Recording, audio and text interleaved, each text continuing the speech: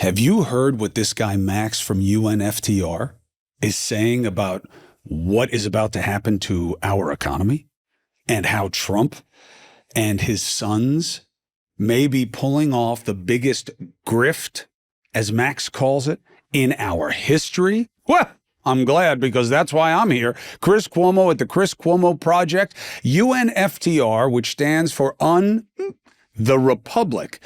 Max is how he goes. Max from UNFTR. No last name. Why? Too dangerous. These ideas are too dangerous.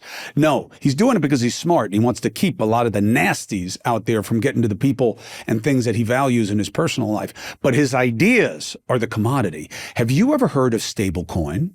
Have you ever heard of cryptocurrency? Of course you have. But stablecoin does what? It's very different. And the Trump clan is very involved in it. And there is legislation that is pending right now. We are right now in the process. 3 different acts, 2 or 3, depending on how you look at it, that could establish new rules for taking the government out of the Treasury reserve, cash reserve business and giving it to select private players like the Trump clan. How? What? Yes, it is definitely not made up. How it comes to fruition, its impact, you can debate.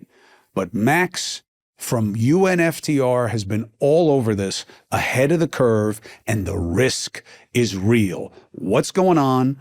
What could it mean to you? And why the hell isn't anybody talking about it? Here we go. Let's get after it.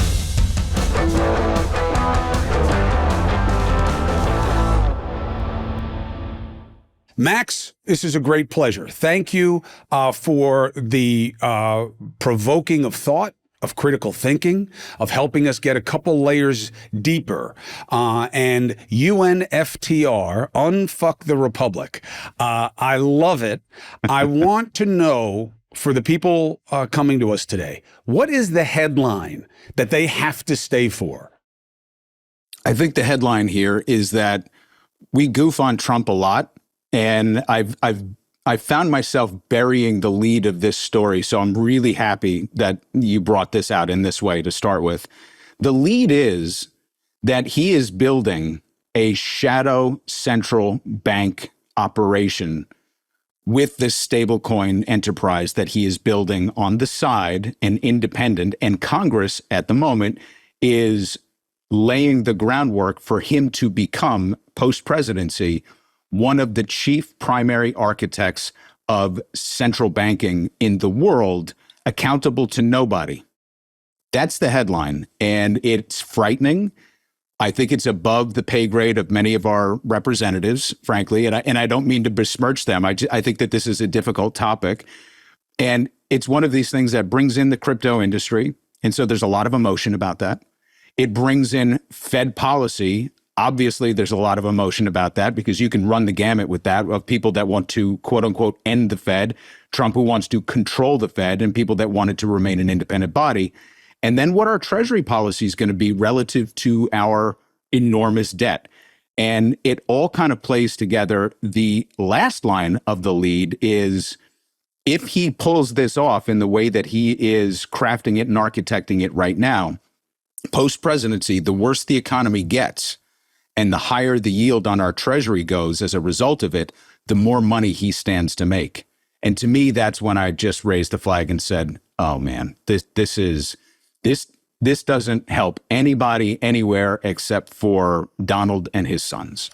So let's figure out what this isn't, so that you can explain to us what it is. So this isn't like him selling steaks or sneakers or anything else, him just cashing in on the cachet of being president in ways that nobody else ever has. This is different?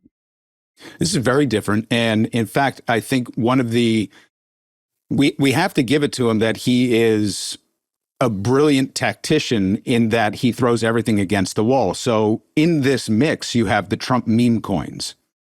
The Trump meme coins is Trump steak. That's the distraction. It's Trump University. It's a get rich quick scheme. There's no there. The stablecoin regime that he is architecting, building, and it exists already. He's already making money from it, is something that Congress is, I think, half of Congress is about to unwittingly mint him as a shadow central bank. So these are two very distinct things. This is not the Trump stake. He has that too, and that's part of what is confusing the whole message out there. What is stablecoin, and why do I care if he's doing it versus anybody else?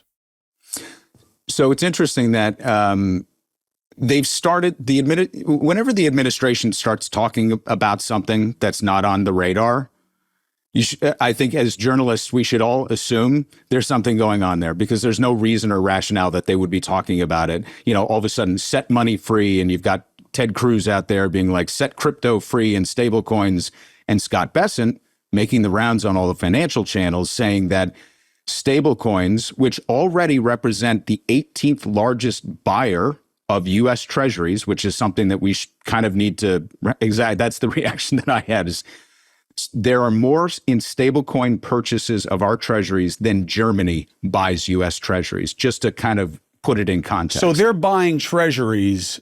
Like, that part is a little bit of a layup. Why would a stablecoin? Because stablecoin tells you what it's trying to be in its name. It's a cryptocurrency that wants to have an anchored valuation, which is what it doesn't have, which is why everybody's afraid of it. That and quantum computers, which may be able to steal your money as a function of its own sophistication. But so buying treasuries makes sense for a stable coin vendor because they're trying to anchor the value of it. So if they have a certain amount of money in treasuries, the treasuries are a stable anchor for something that wants to be seen as stable. Where does it get janky? So stablecoins by design are supposed to buy treasuries. It doesn't have to be ours, mind you. It could buy a store of value. U.S. Treasuries happen to be recognized up until this Trump administration as probably the most stable and resilient measure that you could have as a store of value. Gold is another one. There are other currencies and other mixes that some of the stable coins will put into play. So it's a mixed bag of treasuries along with some gold. But the leading stable coins that exist already in the market, one is called USDC, which is from Circle, and that's, you know, those are theoretically from the United States. Those are our guys. USDT, which is Tether. Tether's a little problematic right now because they just moved their global headquarters to El Salvador to be closer to Bukele. That in and of itself should raise some flags for, I think, the United States and treasury purchases. And then you have the new upstart, which is now the fastest growing one, which is USD1, and that is the Trump family stablecoin. Now, a stablecoin has to purchase a store of value, U.S. Treasuries being the best ones to buy, so that there's a one-to-one relationship to it. So that if... But they buy currencies, they buy gold. They're supposed to buy stable commodities. Right. These three leading ones are predominantly U.S. Treasuries. So they're buying the dollar. And in an era when the world is beginning to, at least official sources are beginning to walk away from the US dollar and purchasing our treasuries, and we see more private sources buying our treasuries. And that's a totally different conversation as to who's actually doing the purchasing, because it's a lot of multinational corporations and offshore accounts. But US Treasuries, we just did an auction in August, $25 billion in treasuries. And it didn't go well. But one of the big purchasers of it, thankfully for the Trump regime, was stablecoins. Not their stablecoin yet, but that's what Congress is trying to maneuver to make it easier, not just easier, to make sure that these independent stablecoin issuers are the only ones that could do it. So they're trying to move the Federal Reserve out of this position of issuing the currency that matters, and trying to have stablecoins represent treasuries in the global marketplace to, quote unquote, reduce friction. Now, the issue here is that stablecoins are in and of themselves probably a very good invention, because they eliminate a lot of very expensive and useless layers in the middle of transactions. So ostensibly, they're a good thing for the global economy if there's no embezzlement, if there's no fraud, if the blockchain stays stable, and if there's total transparency. So on the one hand, you have good actors in Congress that are trying to provide that transparency, and that's what the Genius Act was all about. Let's create a framework. But then you have these other two bills that are sitting there that they're taking up as of this new session, And the problematic part there is, again, and why I appreciate you setting this up, is that I don't think that there's enough awareness around what the next two bills actually codify into existence. So I want to talk about that. Obviously, most people wave this off as, all right, so it's another financial thing that these guys do, and this is how they make money, and I don't even understand derivatives and swaps and ETFs and all this other stuff. How is it any different than any of the other things that we know happen in high finance? It essentially privatizes the central bank's, one of the central bank's main responsibilities, which is managing the money supply in our currency. So I think there's consensus right now that when the economy eventually does turn, and I've made the argument that we haven't really emerged from the global financial crisis to, for 50% of this country, the recession never ended. And so when the balance tips over, the rest of the economy tumbles. And at that point, we're left with all of the cash in this country being somewhere else. It's in corporations' pockets, it's in wealthy individual pockets, offshore accounts, and what have you. And that's when the Fed put comes into play. They did it during COVID, which they had to. They had to pour enormous liquidity, historic liquidity into the market. They had to do it during the global financial crisis. They had to do it actually a couple of times when the overnight repo markets couldn't pay the overnight settlements. That was 2019 was the biggest example of that.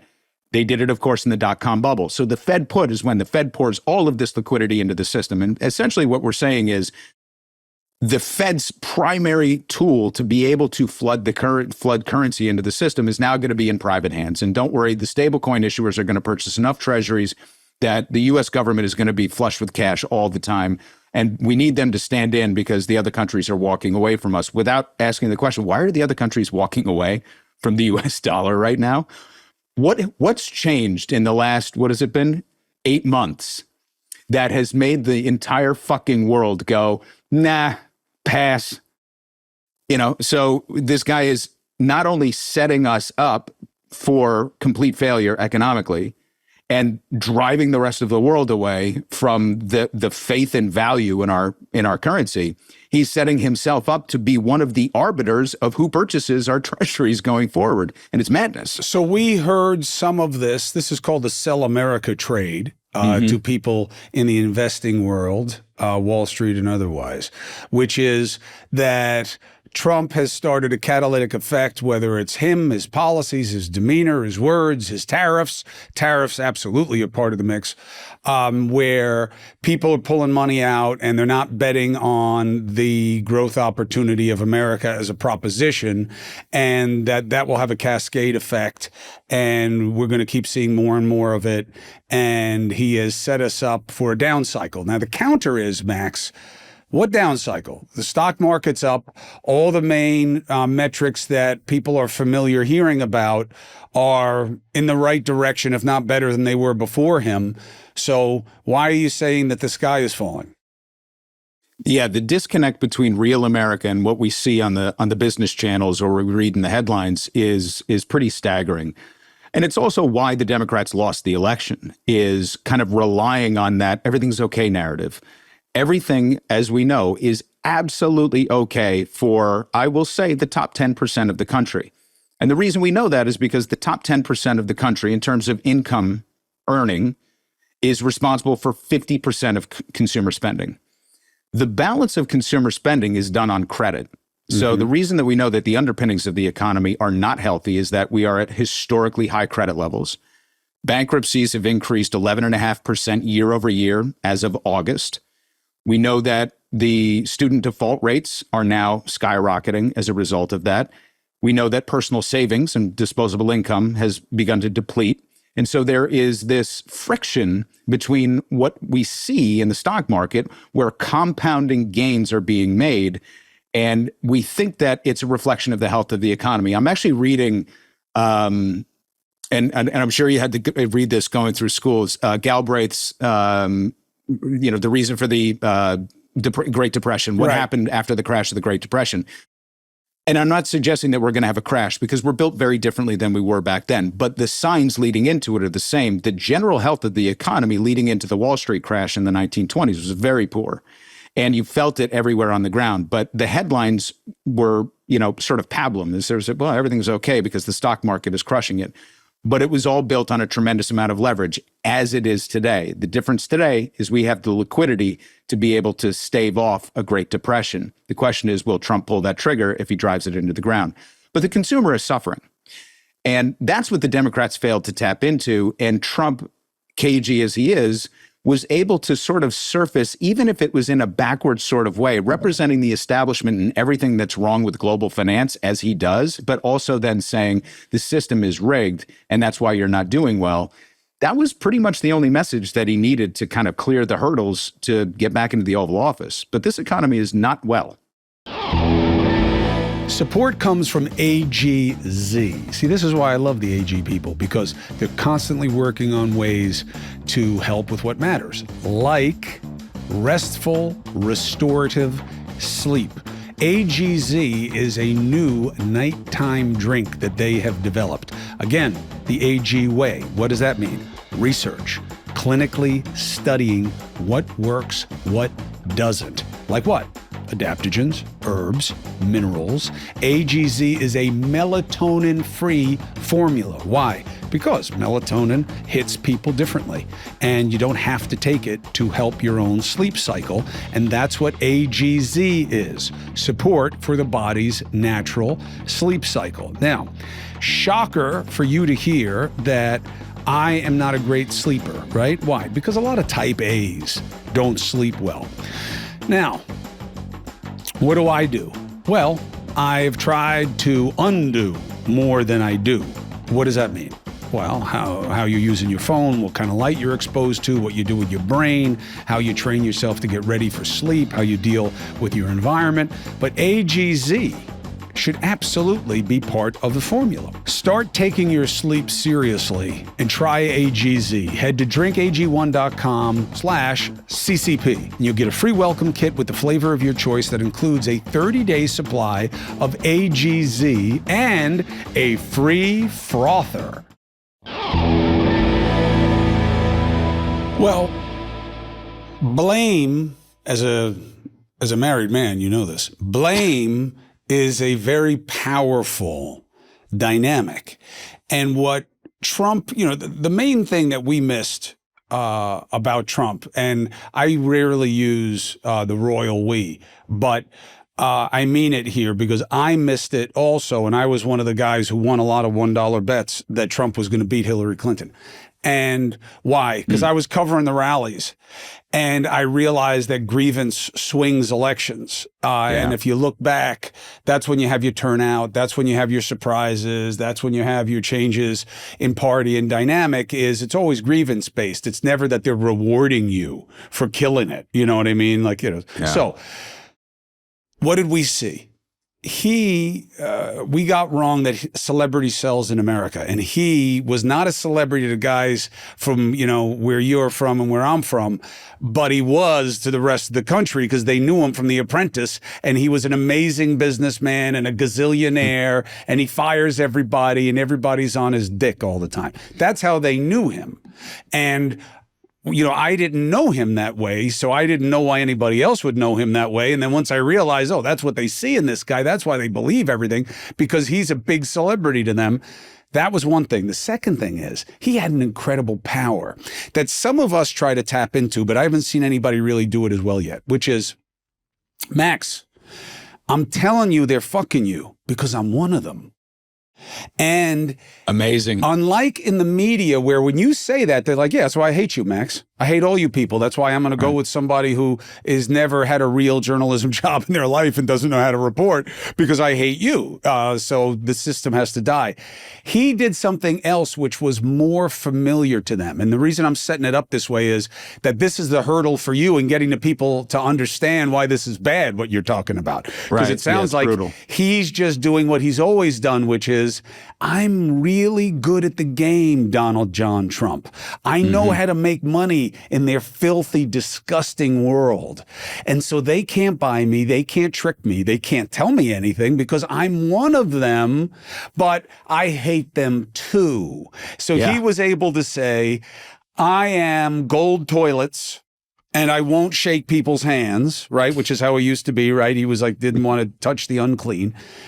But you can trust me because I'm telling you how it is in my world.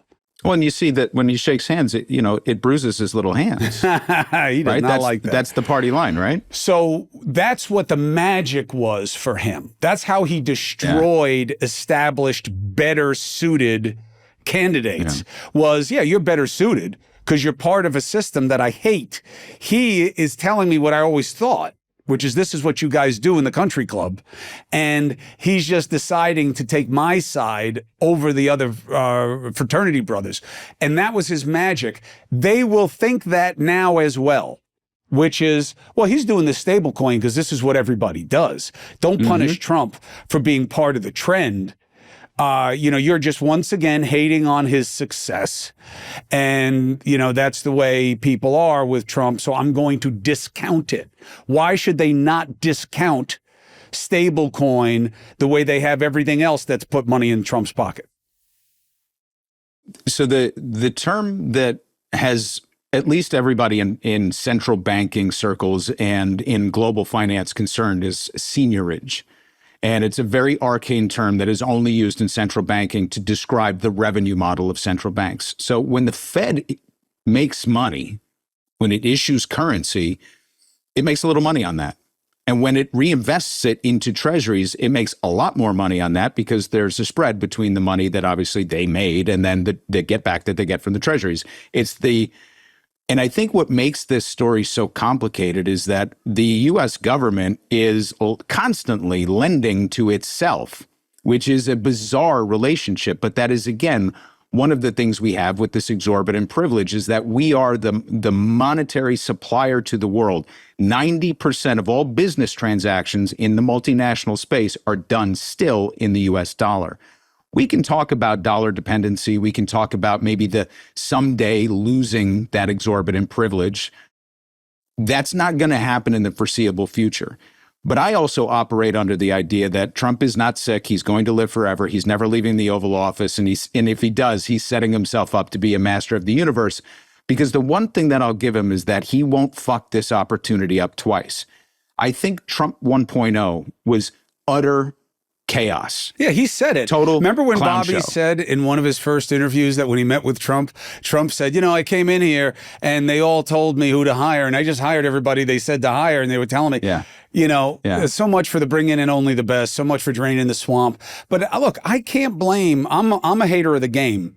Not the players. And I know that can be frustrating for people, but I feel the same way when I train in self-defense, Look, we're not fighting. There are no rules. When I try to push your glasses into the bridge of your nose and your eyeball, don't get mad at me. That's where we are. You know what I mean? Yeah. That's what we're doing to each other. So I didn't fault him for that because of my feelings about the system, but that's way too nuanced for people. But you really believe, as sophisticated as you are, and people should also check out your contributions. One, you should go to UNFTR and check out where he's coming from. It is now being described as a left progressive platform, and you are seen as one of the guys who doesn't think Trump is going to leave. Do you think that is a fair assessment of your work and your disposition towards him? I see him as somebody who's not going to leave because I think it's a mistake to wait and to underestimate him. I think we should always be operating under the assumption that he will be in control from here on out, whether it is the system that he has dismantled and left us with and that he is running, adjacent to the system, or he just decides I can run for a third term. It's happened in the past. And this is where I actually have a question I apologize for turning this around, but I have a question for you about something that just came out related to tariffs. I live in the socioeconomic world. You have a law degree. You're a lawyer. You see, I think, the legal aspect of things very differently than I do, just because I'm not trained there and it gets lost on me. So I don't know. It seems to me that he's made a lot of advances that were not just considered unusual or out of the norms, but he has actually broken a lot of legal precedents to pave the way to do some things that we thought were impossible. So I just don't want to discount the fact. And I think if we take the lazy Carville attitude, because I've been a critic of the establishment Democrats and people that are there to just win elections, like a Carville, to say, if we just hang tight, this guy's going to implode. Don't worry about it. I think we should always be acting like this guy is fucking us every single day and be aggressive in response. Well, look, I'm fine with whatever mindset helps keep you on the edge that you want to be on. But two quick answers. And one, these are conversations. You can ask me whatever you want, whenever you want, and I'll give you my number when we're done, and you can text me and call me whenever you want, because that's why I have people on. Unless I say like a Jackson Hinkle or something like that, where I'm having this guy on because I can't believe how popular he is and that he's a major voice for his generation when he's saying such crazy shit. You know, unless I preface it that way, it's because I want to have a relationship. One, a president can't tax. A tariff is a tax, period. I don't care who pays it. I don't care where. I don't care if it's good or it's bad. They can't tax. So what is he doing then? So he's just breaking the law? No. Congress has given presidents tariff powers through various pieces of legislation that are almost always described as emergencies. Now, I think that the president's biggest conceptual leap is that he believes, and I don't think that this is unfair, and I know it's not inaccurate. How do I know? None of your business, audience, but I know it's not inaccurate. He believes an emergency is anything he says an emergency is. He believes that. And by the way, there are a lot of scholars who agree with him that the president is a funky branch compared to the other two branches. And it is invested with things that the other two are not. And yes, there are checks and balances, of course. But he is not completely wrong that presidents do get to make determinations on things that the other two bodies don't get to do unilaterally in the same way. That said, taxing is not one of them. Has he overextended the anticipated reach of the legislation on emergency taxation powers or tariff powers given to a president? Yes. Oh, that's Cuomo's opinion. He hates Trump.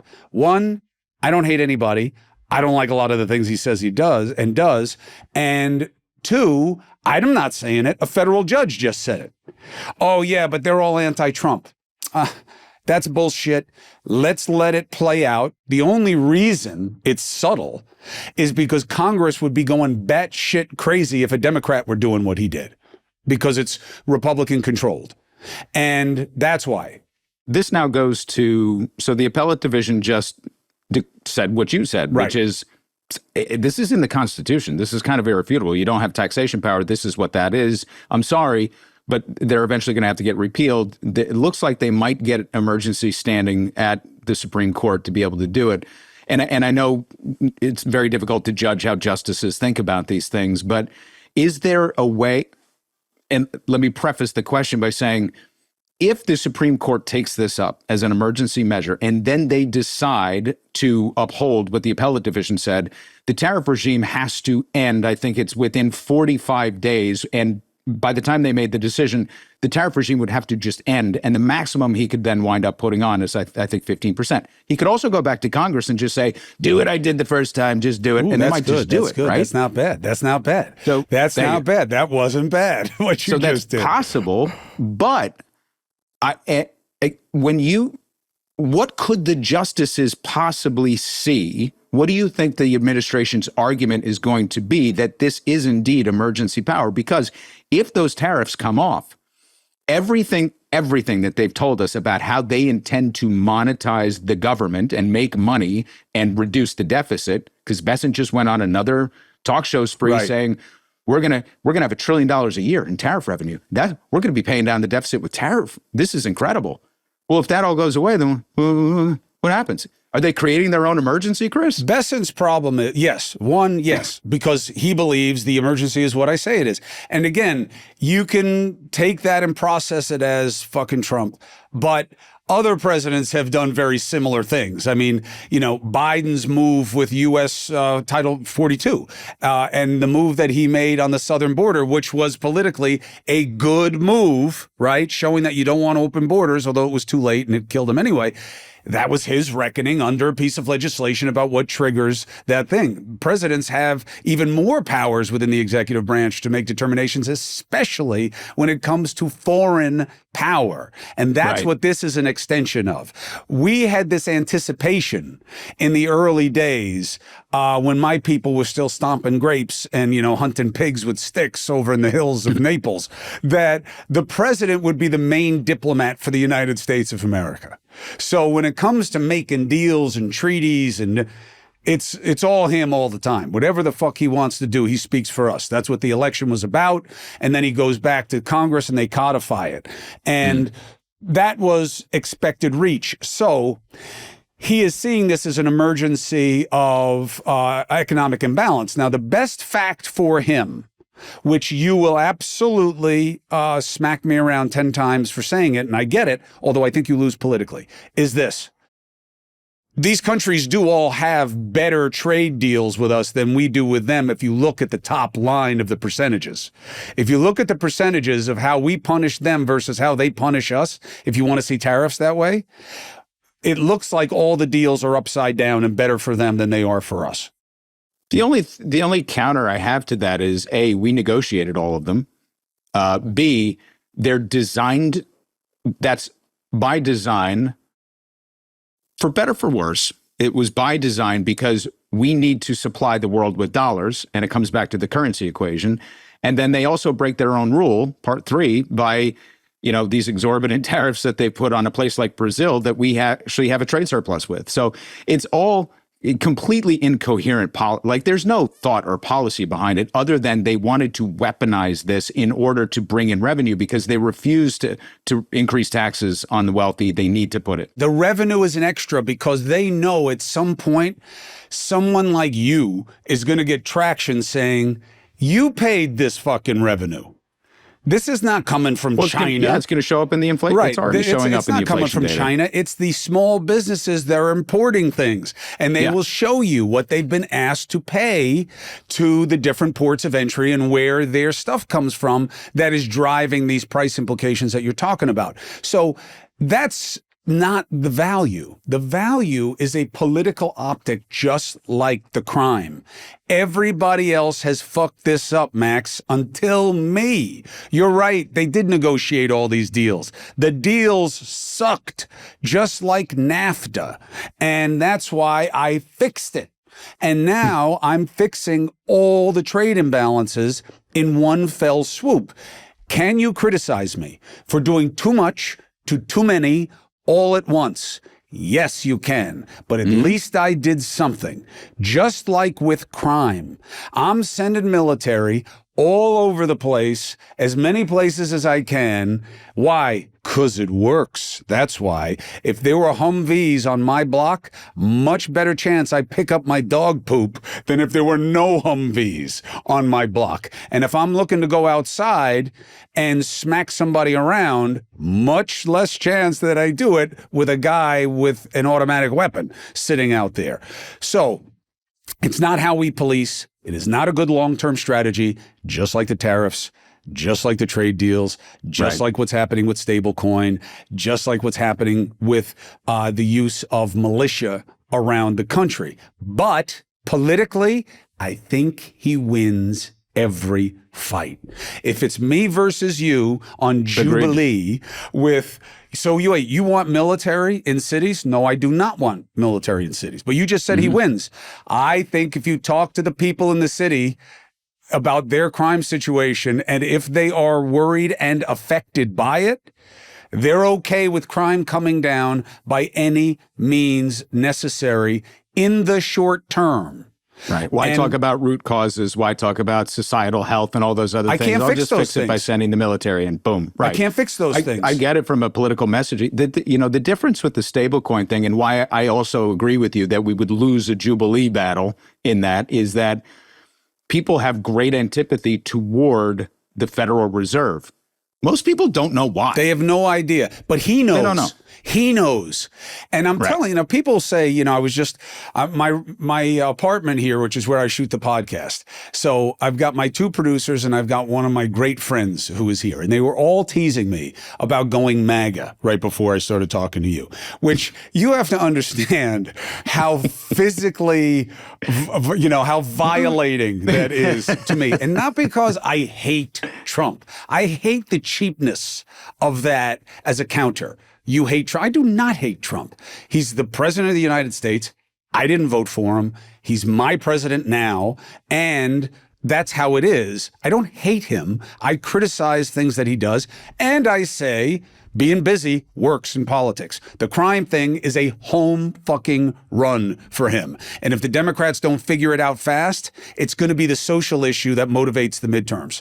And they're getting very close to screwing it up with the voters that matter most to Democrats in these midterms, which are because of the gerrymandering and how all the districts are locked in. So you have 90+% retention of incumbents. So you have very small margins. 45 to 55-year-old black women, and they care about crime. They care about crime. So that's what I'm recognizing. I'm recognizing his effectiveness, and being busy in politics works, and people hate systems. To your point, I am regular person. I am not Max with no last name. I am just a regular guy, fairly sophisticated in my own space, but I don't follow all this shit like you do because I can't understand how you keep hair on your head listening to crazy all day. I got enough real problems. So to me, what's the Fed do? Fucks with monetary policy to help big corporations, and doesn't care about guys paying a mortgage like me. And when it works for them, when it works for Wall Street, they dump money in it and all the rates come down. If I got lucky enough to lock in a rate, great. And if I don't, I get screwed and they don't give a shit. That's what the Fed does. Yeah. So the president is beating up on the Fed and saying, lower the rates for everybody else, even though you say the rich guys don't need it right now. That's the sell. Does it win in our Econ 201 class? No. You get a C minus. But it wins in politics. Yeah, and I think one of my great frustrations / my admiration for this administration is that they do so many crazy things that it actually obscures the conversations we should be having. So it's like, people would ask me about the Obama administration, and I had a whole host of issues. I would always say, if you want my opinion on the Obama administration, I would say that in the classical definition of republicanism, he was the greatest Republican president of my lifetime. And I said, now I can discuss that with you on policy measures. But the people that hated him were like, what are you talking about? First of all, everybody was like, what are you talking about? Max, you're too fucking smart. I mean, I don't know who you're talking to on a regular basis, but you say the Republican Party. If you're not talking about music, you lost 80% of the audience right there. Forget about this Republican Party. It's the Republican Party that, you know what? It's the Republican Party that your dad knew and fought against. It wasn't as much of a binary as it is today, but there were some rules of engagement and there were belief systems in those things. And this is really at the beginning of the Reagan-Thatcher era. This is the beginning of sort of the transformation of what we would consider the neoliberal era. And forget about all the terminology to it. President Obama used incredible authorizations to invade countries that we weren't at war with, and he self-granted that authorization. There was a lot of us that were very frustrated with how the NDAA continued to play out year over year. He was very friendly to business, but the narrative was he was not friendly to business. He was very good to Wall Street. The narrative was not good to Wall Street. So the narrative, I always separate the narrative from the policy, and I looked at the fundamentals of it, and I said, this guy is running a classical Republican blueprint where if you put him side by side with, let's say, a Richard Nixon, they would probably be pretty indistinguishable from one another on policy. So that's how I used to say, like, I would make that argument to say, we hate the same thing, but for very different reasons. And one of the things that I dislike so much about this administration is that they obscure the conversations we should be having about the Fed. I can dislike the Fed just as much as an end the Fed type of libertarian, but we're going to hate the Fed for very different reasons. Because I know that when they reduce the rates, it doesn't matter for my mortgage. My mortgage is tied to the long-term Treasury rates.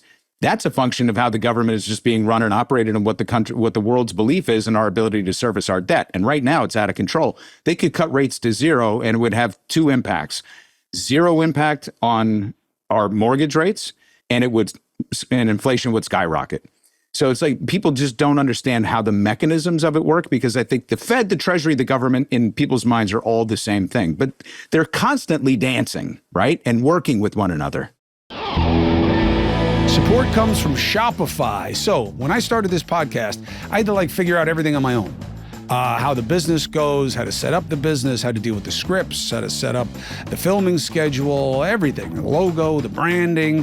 Forget about the commercial side, especially with Free Agent. There are all these decisions to make, and you can feel really small and really incompetent and really alone really fast. That's because when you're starting off with something new, it seems like your to-do list just gets longer and longer and your answers are in short supply. However, if you can find the right tool that helps you, simplifies things for you, game changer. That's why for millions of businesses, the tool is Shopify. Shopify is the commerce platform behind millions of businesses around the world. 10% of all e-commerce in the U.S., Mattel, Gymshark, to brands just getting going, Shopify. So get started with your own design studio. You'll get hundreds of ready-to-use templates. Shopify can help you build a beautiful online store that will match your brand's style. You get to accelerate your content. Shopify helps you with all these AI tools that will write product descriptions and page headlines, even enhance your product photography. So turn your big business idea into money. Shopify. Shopify on your side, and anything is possible. Sign up for your $1 a month trial, and you'll start selling today at shopify.com/Chris C. Go to shopify.com/Chris C. You ever hear the expression in politics, if you're explaining, you're losing? And absolutely. And that's the key, is as soon as it gets complicated, it's over. And I'm not saying that we're too simplistic. It's just the nature. I remember my father saying to me once, and the fundamental difference then versus now was my father didn't have personal animus towards anyone, even Alphonse D'Amato. Now, my father was also very jaded by ethnicity.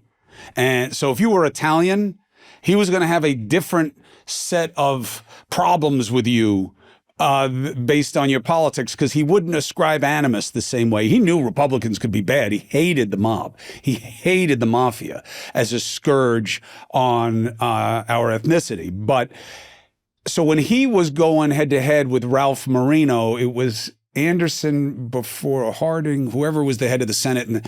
But most of the years that my father was there, it was a guy named Ralph Marino was the head of the Republican Senate in New York State, where my father was governor for 3 terms. And they had to make deals. The idea of not getting the budget done, that's why putatively my father didn't run for president. They wouldn't let him pass his budget. In my father's mind, that was a death sentence, because the people would say, well, you didn't even do the job here. What the fuck? You want another job? You can't even do this job. Now, that would be absurd in today's politics, because there was also a death sentence for a president up until the Reagan years. That's right. Running deficits in this country. That's right. Anathema to how we operate. Now you can the most legitimate position in binary partisan politics is opposition. It's their fault. They're worse. They're stopping it. They're terrible. Put me in there so I can stop them from what they want to do. That's enough. That'll get you elected. To oppose is enough. It didn't used to be that way. So he would sit with this Ralph Marino, and I watched it. I didn't hear it. I didn't read about it. I watched it, where they would open a bottle of wine and Ralph would drink it, because my father was a cagey bastard himself, and he would sip wine, but he wasn't a big drinker, but he would let other people drink around him, especially if he needed to get something. And they would then make deals, and the deals would fall away, but they knew they had to make one. That has disappeared. So, to the central premise, you are for or against. That's all there is. There is no the dance of the Fed and the this and the that. Is the Fed good or bad? Fed's bad. Oh, okay. Trump says Fed's bad. What do you say? Well, I say it depends. Okay, I don't trust you. You're part of the system. You must be doing well. He's right. The Fed's bad. And now you can say, then people are stupid. Well, hold on. The left, I would say people are busy. They're busy, Just busy. but also they know that systems tend to be things not to trust. And they tend to skew outcomes, and they tend to make things harder versus easier from your own perspective. So Trump owns all that. And that's why the thing that scares him most in the midterms, in my opinion, okay, is the reaction formation to MAGA of the populist movement on the left. And it's not even primarily, he's keyed to New York City's mayor contest because he is from here and he has property here. But what he really is afraid of is what happened in Minnesota. You have a sitting Democratic mayor in Minneapolis who's doing just fine, who lost in a primary to a guy who looks like he's out of Tom Hanks' pirate movie. And I know that that is a really prejudicial thing to say about North Africans. And I get it. I don't feel that way. That's the way this guy's being sold. That, holy shit, do you see this guy who just won out there? This is what the Democrats want? And on the other spectrum, you got what's happening in Maine right now. That is what he is afraid of. He is afraid that the animus of the left is now meeting and exceeding the animus on the right because they kind of are satisfied because they got their guy in there. And that's what, and you mix in the Muslim thing. And Trump is of a generation where he'll, you know, as soon as he says, look, I love Muslim, if he loves anybody, he's about to tell you got to fear and hate them. Okay. As soon as he says, I love whatever he says, because he's about to flip it on you. You know what I mean? So he wants to set it up. I'm not a bigot, except when I am, you know, and that's what he's afraid of because that's what works in politics. So the Democrats now are, and this is why first of all, I don't think it's fair. You may say it is fair and you like being described as progressive left or whatever it is. I feel that it's just critical thinking. What I like about Unfuck the Republic is I could argue it's not fucked. It's how it's always been, and it's where you want to be in the cycle of machinations, of change, but that's not the point. It's critical thinking. And we have to get back to critical thinking. If I could wave a wand, everybody was, oh, you want to wave a wand? If I could wave a wand, I would destroy the culture of party supremacy over our process. Because I can't have a primary where anything happens other than a more extreme version of those two choices winning, right? I mean, that's what, you know, it's what my brother didn't see coming soon enough in the Democratic primary in New York City. Not that I did, although I do win because I didn't want him to run and I didn't want him to run as a Democrat. And why? Because I didn't trust what that party was about. It seems very, very radical, which would make sense from a reaction formation perspective. And on the national level, I think Newsom is making a good bet. I don't like it. I don't like you trying to match what beat you. I don't like you trying to be a better, a more effective version of what is shit and what you should reject. But Democrats are right there right now of, so I'm listening to Max about this whole stablecoin. That's pretty fucking smart. And it's true, but man, it's sophisticated. Trump sucks. Trump's a thief. His people are weak and they're screwing the system and they're stealing from you. And we have to organize and come at them because he's a despot and all the people around him are weak and they're all enablers. And that Stephen Miller is a poster boy for any kind of right-wing fanaticism you're worried about. And that's who's really pulling the strings. And let's get after it and take him down. I think that's what they're going to choose. I don't like it. I don't think it's the best course for Democrats. I think they can get to the same place in a better way. And the key word is better ideas, because as you've just outlined very well on several different topics, he's right about the rejection of what is. He is not right about what should be. And there's space and opportunity in that, but it's hard. It's hard. You know, I think what Zoran did against your brother in the primaries, and we'll see how it all plays out, what's happening in Maine, what happened in Minnesota, what's happening in these little pockets is sort of like lighting off these little aha moments in the establishment. My fear is that when the candle, you know, gets lit, they just snuff it out, because that's what they do, because they're just, and I've made the argument, the DNC is there to take power, not to govern. And they see, okay, we're going to poll this, we're going to poll that. They think that Americans don't want a despot. What what I think that economic populist message taps into better, and I'm very wary of economic populism, by the way, but what I think it taps into at a better rate is exactly what has worked in the past. It's why Bernie was, so ascendant in a couple of campaigns until the DNC had to do everything. I mean, everything in its power to stop that train and halt it in its tracks. And if not for Clyburn, all of them coming out, and COVID, Bernie he could be the president of the United States. I mean, that's just like where we were at the time, which is amazing to think about. But the Democrats will always go with, hang on, let's go down the middle. Let's just say that this guy's terrible. He's awful. The Trump supporters don't want to hear that. They don't want to hear that the guy that they voted for is a dick or a despot. And the Democratic voters that aren't tuning into your show, my show, any show, except 2 weeks before the election to see who the fuck is running are listening for one thing. I can't pay my bills. I'm underwater in my mortgage. I need some fucking help here. Who's here to help me? And if one side is saying, I'm going to help you out, and the other side, which is what they did during the Harris campaign, is saying things are good and getting better. It's like, go fuck yourself. I'm dying here. What's interesting, actually, you said it before with the stock market. Almost every economic rant that I go on, I start with the same mantra. The market is not the economy. And one of the reasons that the market is ripping right now is the same reason it's ripping in China. There's nowhere for the money to go. People with money chase yield. That is what they do. If you have money, you want a lot more of it. So you chase the yield. Where's the yield right now? It's in the treasuries. It's high, right? So fixed assets are having a moment because the treasuries are all paying high, and it's in the stock market. The Magnificent Seven is 33% of the value of the S&P 500. Right. Shiller PE ratios are the highest they've ever been. And everybody's looking at this and saying, what the fuck is going on? Now, Magnificent Seven, by the way, because my audience is more politically savvy than finance savvy. The Magnificent Seven is not a movie yet. Anyway, Max is referring to the bellwether biggest companies that work within the stock market. Tech stocks that work within the market. And he is expressing what is true everywhere in our economy, which is that it is very top heavy. And that's true about the market also, that it is where it is. The number is the number.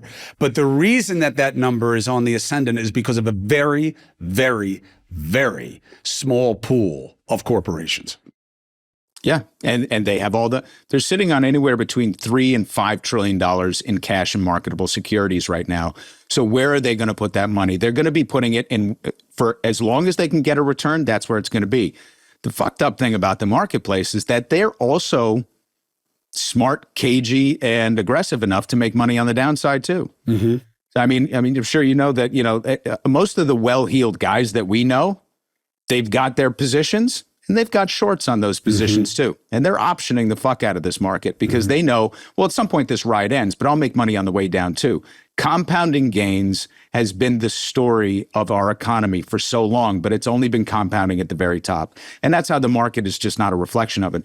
What's interesting is that China's in that moment right now. And the American news outlets are just beginning to talk about this, but their surge in Shanghai index is based on nothing because they know that there's weakness in that economy because Trump is killing the global economy. Anyway, I get far afield and passionate about this stuff, but coming back to exactly what you're saying is that my biggest issue as a presenter is that I'm an essayist by trade. I have journalism training, but I'm an essayist.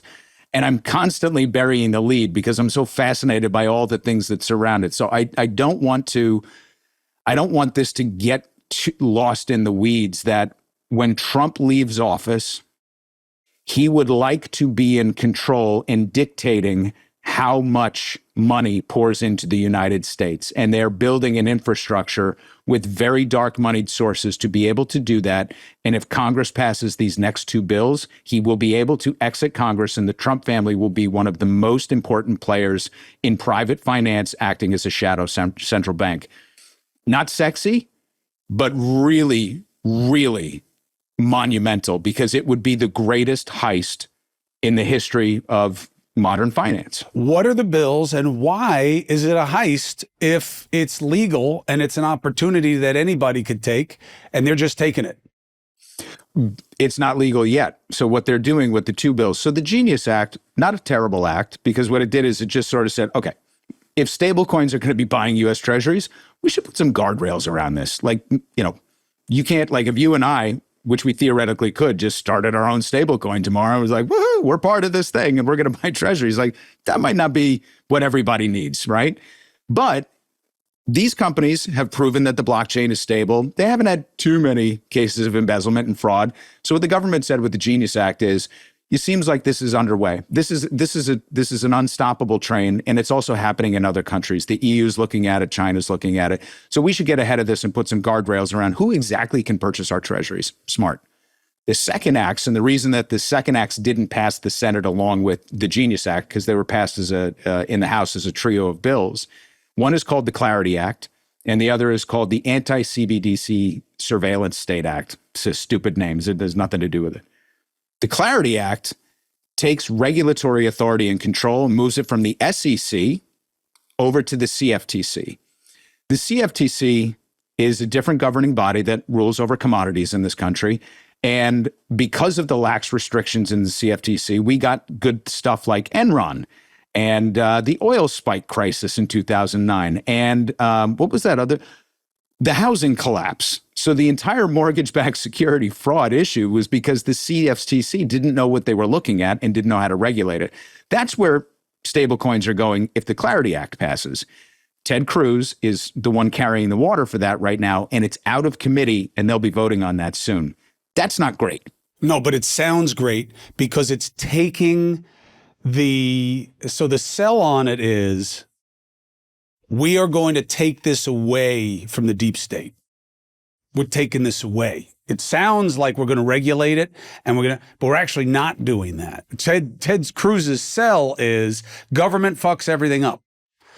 Yeah, private sector does everything right because it all winds up washing out in the market. So the more that they do it, but here's the mistake with it, Max, and I want your take on this. So the mistake on this is what we do with what I hear Democrats do with Social Security. He wants to privatize Social Security. They want to privatize it. That's what they want. Well, one, most people don't know why that's bad. Okay.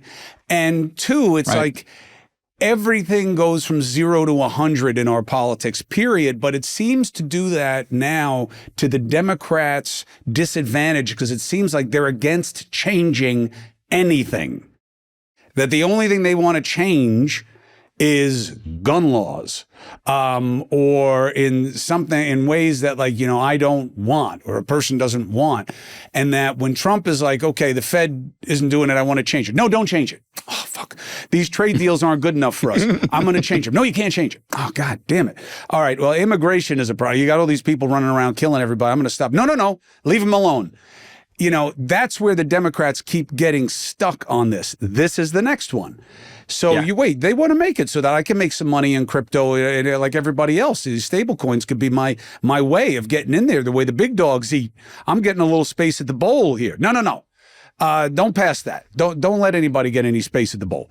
That's the way it plays. Oh, definitely. And it's been very difficult to raise awareness around this issue. And there are people in central banking that are just like, this is catastrophic. And I don't think people understand, and they don't know how to explain it either, because they're a bunch of, economic wonks that came out of, the London School of Economics. And they're like, I think this would be a terrible idea for the currency. And everybody's like, the fuck are you even talking about?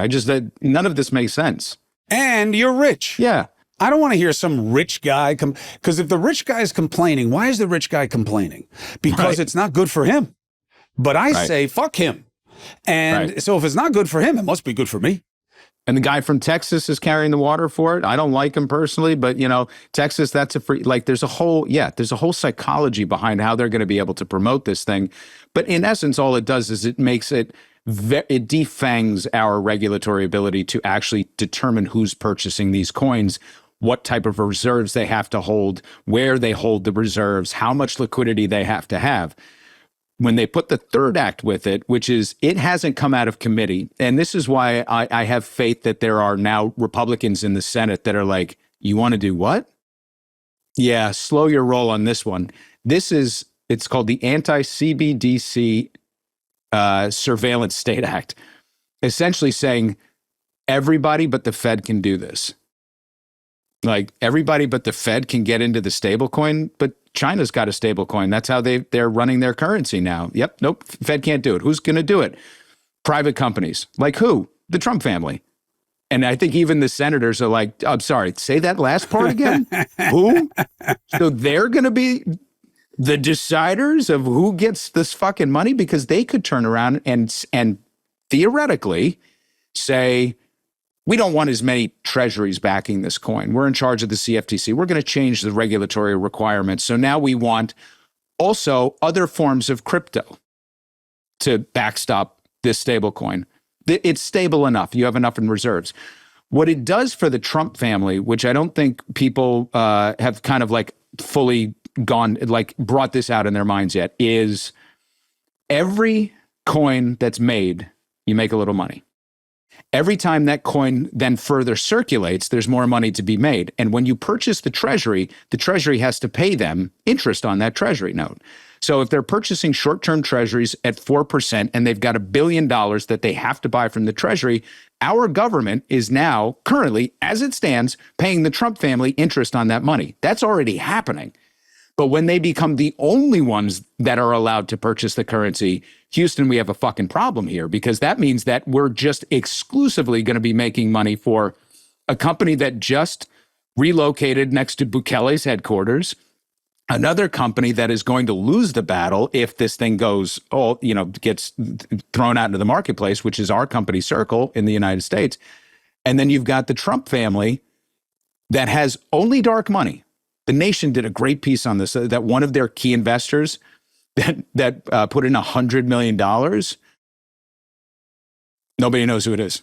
They literally don't know where the money came from. But that was enough for them to go buy all these coins and put more in circulation. And the Treasury's paying the Trump family interest the whole fucking time. This is the greatest gambit. I mean, but it's legal. Yeah, because we're making it legal. That's the insane fucking part. Because they could also turn that regulation around and be like, let's not have private stablecoin issuers. Right, you can't. That the buying of the treasuries, you could define who could do it and who can't do it. This is what the EU's looking at right now. Right. The EU's looking at us and they're like, "Are you fucking nuts?" But anybody who buys treasuries technically gets paid by the government, because you're getting the interest rate on the investment of the underlying value of the security. And so that's how you deal with that criticism of, well, hold on a second. It's not that the government's paying us to screw you. It's, I'm an investor and we're investing in treasuries just like most pension funds, and you get paid the interest rate. And that's how it works. So we're not doing anything wrong. Except that you're prohibiting our government from actually doing it and mandating that it's private sources so that they'll be the only ones that are getting paid that interest on it instead of our own government, which depletes the Federal Reserve's assets and their seniorage. And every time they just make more and more money on it, that begins to compound. Now they become the source of liquidity. Here's where the rubber meets the road. That Fed put that you and I were talking about before. When the shit hits the fan, as it does in a capitalist system by design. That's not a critique of capitalism. It's a feature, not a bug, right? When it hits that wall, and our debt is so high right now that we don't have the ability to dip into reserves, we print more money. We print more money and we buy it through the treasuries, and that's how it goes. What they're saying is the money that the Fed would normally be operating with is going to be in the hands of the Trump family, based in Luxembourg or wherever the fuck they decide to hang their hat. Maybe, next to Bukele's dressing room. I don't know. So we're going to just cede all of that central banking authority to private interests at the moment that we need it after he tanks the economy. And that's the other part of this thing. The worse the economy gets, the higher the yield on the Treasury, the more expensive our debt gets, because people lose faith, which means those people that are purchasing the treasuries, they make more money. So it's like this guy wins everywhere across the board. Right. I'm the only one that can buy them. And when I tank the economy, they have to pay me more money. Brilliant. I mean, it's fucking, this is gangsterism on the highest level. And you know what people say to me once the aha moments come? They're like, yeah, I don't believe you. He's too stupid. I'm like, he's not. He's not. Support comes from Smalls. Cats don't care about breaking news. They care about dinner. And if it's not our next partner, Smalls, you better get ready for an unhappy meow meow. Why? Because this podcast is sponsored by Smalls for a reason. Smalls cat food is protein-packed. The recipes are made with preservative-free ingredients. Why? Because these guys love cats, that's why. And they deliver it right to your door, and you can put it right in your fridge. That's why Cats.com named Smalls their best overall cat food. To get 60% off your first order, plus free shipping, head to smalls.com/Cuomo, but it's a limited time offer. Smalls was started back in 2017 by who? A couple of guys cooking at home for their cats, small batches, and then they started giving it to friends. And you know how it is, good things grow. A few short years later, they've served millions of meals to cats all across the country. Why? Because they like to help. Smalls works with Humane World for Animals. And in that way, they donated over $1 million worth of food to help cats through the Humane World for Animals. And they give you a chance to donate at checkout. So what are you waiting for? Give your cat the food they deserve. For a limited time, because you're a Chris Cuomo Project listener, you get 60% off your first Smalls order plus free shipping. All you have to do is head to smalls.com/Cuomo. That's 60% off when you head to smalls.com/Cuomo plus free shipping. Where? Smalls.com/Cuomo. It's not that he is stupid. It's not that he's not stupid, but he doesn't have the polish that people are used to with politicians. But that is a plus, because people have come to see sophistication as some form of sabotage, or as a suggestion of perfidy, or that you're not to be trusted, and you're too slick. And the more basic you are, the more raw you are, the more vulgar you are, the more relatable you are.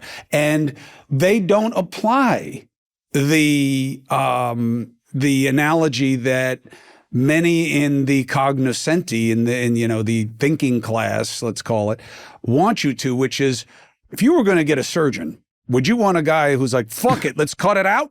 No, you would want, people don't make that connection. Yeah, but I'm not looking for a surgeon. I'm not looking for somebody who actually has to know how to do what they say. This isn't a hole in my roof when you're coming and saying, hey, choose us, the unfucked guys, because, Cuomo, the other roofer, he's even worse. Oh, okay, then I'll go with you. If the other guy's even worse, I'm fine. It's not That's like the funny that in thing politics. about politics. You interviewed Chomsky, right? Oh, sure. I mean, first of all, wow. What a thrill. Very cool thing. I did it early on, and then thank goodness I got it done early on, because then he went bad on me. And he is, my problem with ever interviewing guys at the end, like I was just with a very, very, very famous journalist who will remain nameless, and he ain't who he was anymore. And, this is something that young people don't understand. So you get Noam Chomsky, and I'm not saying this because he comes at me about what I argue or don't argue. That's not the point. He's free to criticize me. I think he's great. I think he's a genius. And I'm a big admirer, even if I don't agree with his political philosophy. But he ain't the guy of 1980 anymore. There's a sell-by date. My point with him is I think what he almost let a lot of people off the hook, but what he revealed was politics is not cryptic. Right.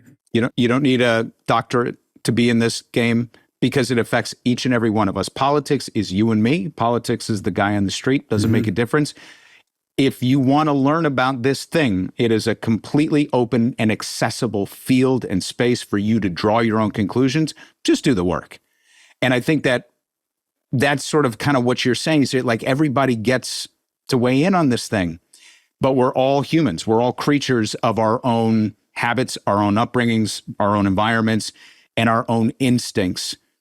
when our backs are against the wall, like I feel like the vast majority of Americans' backs are against the wall, the messaging, as you suggest, that will resonate with them is, I don't know, put the criminals behind bar. I don't know, I just need a fucking job. So if an immigrant say, you tell me immigrants take my job, get the immigrants. Like that really resonates with people in that moment of fear and precarity. And so if the Democrats are going to mount an opposition of any kind, it has to be, I think, twofold. One is tap into that precarity, tap into that fear. Just see people. Just be like, I see you. I feel you. I don't feel their pain on that type of Clinton level. Like really get in there and be like, this is fucked up. This is fucked up. And we were part of it.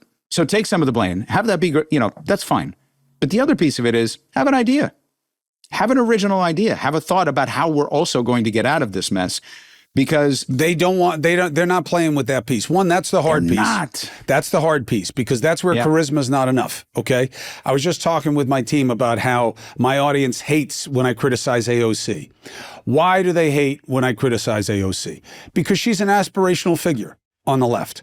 I get why she pops in polls. I think she is tremendously politically talented. I do not find her sophisticated. I do not find her arguments sophisticated.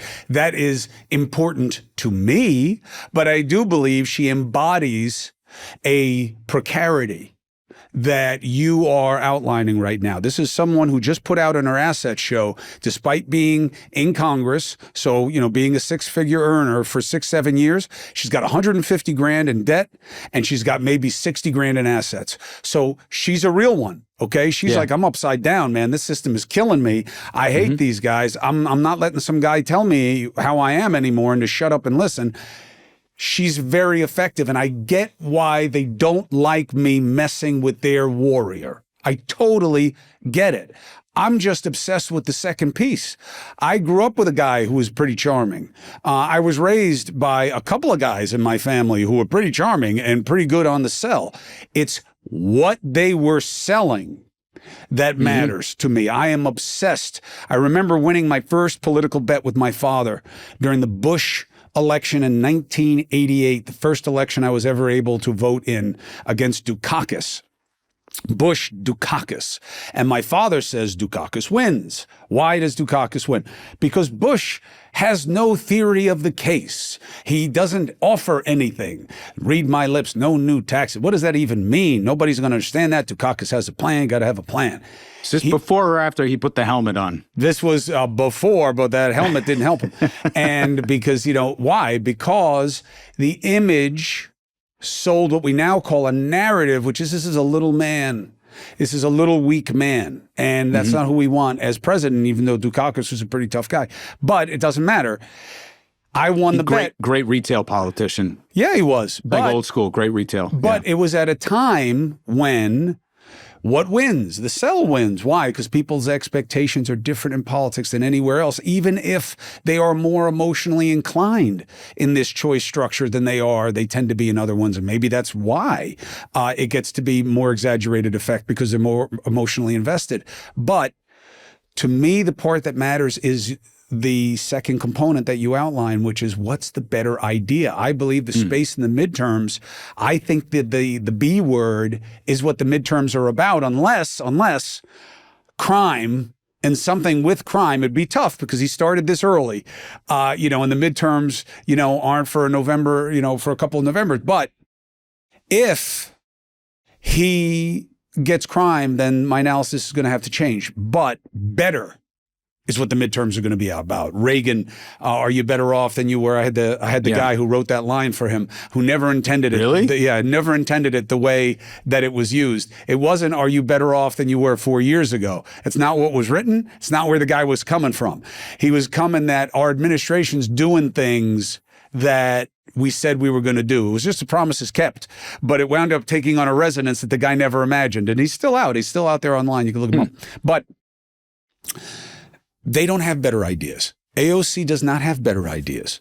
These people on the far left aren't even selling you better ideas. They are selling you Trump is personally a dirtbag, and he is, as a leader, an authoritarian. See, I think it's the opposite of that. I think that the middle is still going with that line of thinking and with that thread, and It depends on how you characterize the far left. The left is such a spectrum. I consider myself on the far left because I would align more in terms of systems with where Chomsky sees foreign policy or Yanis Varoufakis sees the evolution of the economy or things like that. So I see myself as on the socioeconomic end of the spectrum is very much aligned with democratic socialism, but very hopeful for social democracy in this country, which to me is the reset. Social democracy is the reset, but we don't understand definitions. We don't talk about definitions in this country. So we just go with the binary. It's the right, the left, and then it's the far. But as soon as you say the word social,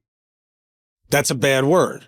Right, exactly. So we get, and I think that on the left, there's a problem definitionally of these type of things where we don't talk about the policies that recommend it. And one of the things that, and this would be a great follow-up, I think, as we move forward and we're trying to think about, you and I unpacking what happens next in this country. I don't know if you heard the president's dying. So what happens next in this country? Yeah. Policy prescriptions are very important to me. So we spend a lot of time talking about policy prescriptions, and I've really started to back off talking about systems because that's really where my head goes is, all right, what systems are we in? Where are we at in the stage of capitalism? Where are we at as a partner in the global capitalist environment? Rather than saying what would actually work for people on the ground. So surfacing ideas that I hear on the left that I think are wonderful. The central theme, the central one of it is Medicare for all. Like that to me is like if we can actually have an authentic debate in this country about Medicare for all, because it touches on so many different aspects of social, political, and economic economy in this country that to me, if we can get people to understand what's at stake in that type of conversation, then the other conversations actually happen pretty naturally from there. So there's fascinating stuff for us to be talking about, but I think that the left has lost the messaging battle in addition to the liberals, but the liberals are in control and they're saying we're going to drive the lane with Trump's a scumbag. I don't hear that as much from the left because the same reason that what I said before about criticizing Obama, we're so mad at everybody that we lose the plot constantly. But the left, I think, gets wrongfully tagged by moderates, liberals, conservatives, all the way to the far right as being cuckoo for Cocoa Puffs when we're just trying to surface policy initiatives that would work for the most amount of people. But when I look at the guys, and we'll leave it on this for the first edition, and I tell you guys, check out Max. I'll set it up for you guys, and you'll see where you can find his podcast and his offerings, and it's polished and it's smart, and it'll make you think if you take the time, which is, if you're not a critical thinker, really, you should have never clicked on, my vanilla gorilla ass on the first place. But, because if you don't want to think about it, then fuck it, just feel whatever you want to feel. But I think that if you look at the guys who are trying to counter the pod bros on the left, so you get your Brian Tyler Cohen, you get your Ezra Klein, right, propped up by the New York Times, but, Ezra Klein, and then these other guys and, Pac-Man and all these other guys who are trying to make a market in it, and there is a commercial reality here. I don't hear enough of what Ezra Klein was saying a year and a half ago about the systemic issues of a Republican democracy or a democratic republic and how that works and what we have to think about, all that really brainy stuff that he was saying. Now he's pretty much in the authoritarian mode all the time. And Brian Tyler Cohen and these other guys, why? Because they see the numbers on the links and they see what people click on, because if you play to fear, you're going to find an audience. Listen, I'm part of the Midas Touch Network. Those guys brought me on 2.5 months ago. Good Long Island boys, good New York kids. They left New York, so I criticize them for that. But, good kids from Long Island that wanted to start something. And they lead very much with the fear-mongering of Trump administration. And I counter with, they brought me on and I said, I don't know what it is to be part of a network. I do my thing over here. And they said, we like your economics perspective. We don't have that on the channel. We would love to bring that forward. I said, I get pretty wonky. I get pretty deep in the weeds and I'm pretty far left. I think I'm pretty far left of you guys. And they're like, great, just be smart and be right. and they put no governors on what I could say, when I could say it, how often I could say it. And I really appreciated that as part of it. So they worry about getting all the clicks. And now all of a sudden I'm having this conversation, which has been, I got to tell you, Chris, it's the coolest part about that affiliation is that their audience, we don't pander to them. And they're like, yeah, cool. What's this about? Oh, we're talking about the BRICS alliance and why the tariff war is actually just a response to the BRICS alliance and what they might do with central banking. And they're all in and they respond. And I'm like, there is an appetite. If you can open the door, there's an appetite once the door is open that people do want to learn more. Not everybody, but I think one of the things that you do here is you don't pander. Right. You give people, and you have an appetite for learning.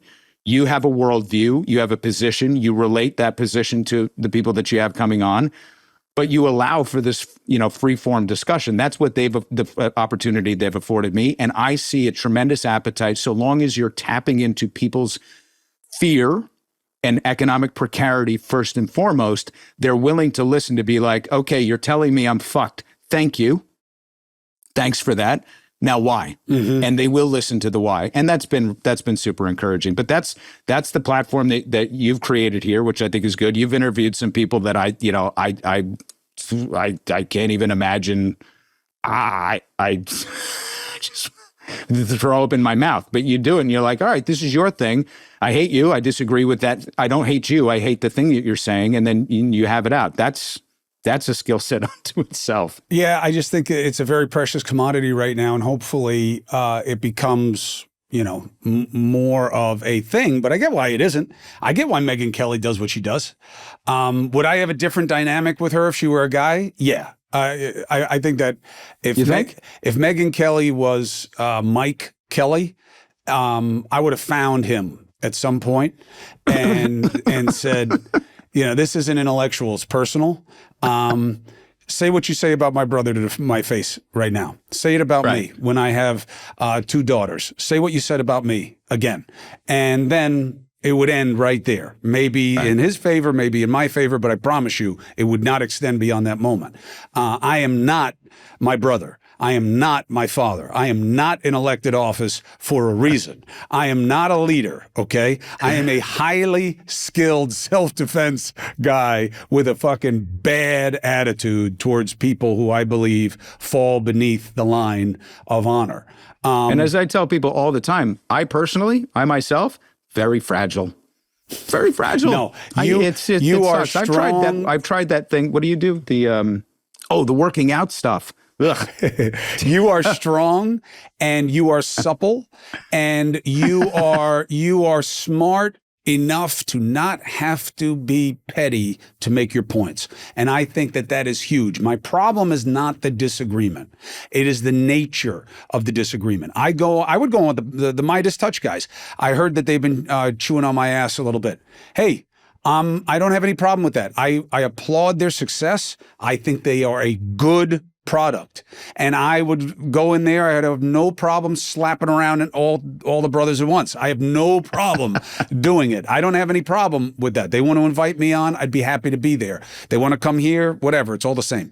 But my point is that the more you are tuned towards, well, that's just a smart, good idea, and it's not at anybody's personal expense, the better. And that's why I think what you're doing, if people think you're too far left, that's fine. Then they don't have to hold the same opinion. But the rationale for it, I think, is really good. And I'm here for it. Doesn't matter whether I agree with it. I think it's great food for thought. I think it's intelligent, and I think it's needed. So anytime I can be part of your world, Max, you let me know. And anytime you want into mine, all you got to do is shoot me a text and say, hey, I saw this thing that was on your show. This doesn't make any sense. You left out the most important piece of this. Let me know, because I'll then call you and say, well, tell me what it is. And if you want to come on, explain it. So thank you for doing this. Oh, God, thank you. I really appreciate it. And thank you for surfacing this particular issue, because we don't have a lot of time. And I think it's vital. And I think it's vital that people understand it. And so hopefully we Hopefully we had it out in enough of a spirited conversation that it makes people investigate it further. We did start a petition to send it to senators to be like, hello, hi, we're seeing this. Like, please think very carefully before you make your next move. So I'm trusting in the process that we can wake up enough people to wake up enough people and get it done. So this is invaluable for this process. And I'm very grateful for the opportunity. Thank you. Told you it was smart. UNFTR. Now, you may not feel that the R is effed, and that's okay. You may feel that the R is effed beyond repair, and it's all because of Trump, and if it weren't for him, we'd be in a utopia. Doesn't matter. It's knowing what's going on. It's understanding it for what it is and what it could be, and then you make whatever decision you want to make about it. For me, it is not about the disagreement. It's about how you disagree, and not because I'm all style and not substance, but because you never learn. If you're just in rejection mode and that whoever you are rejecting is the problem, there can be no growth. And we are atrophying. If you stay with this metaphor, we are atrophying in our culture right now. We are not about growth and change and development. We are about destruction and division and blame. And those are weakening us. They are not making us stronger. Critical thinkers, free agents who wear their independence and think for themselves and are open to what they don't agree with. That's why I like Max at UNFTR. I don't have to agree with his politics or all his policy ideas. That would be boring. But I respect his process. I respect his intelligence.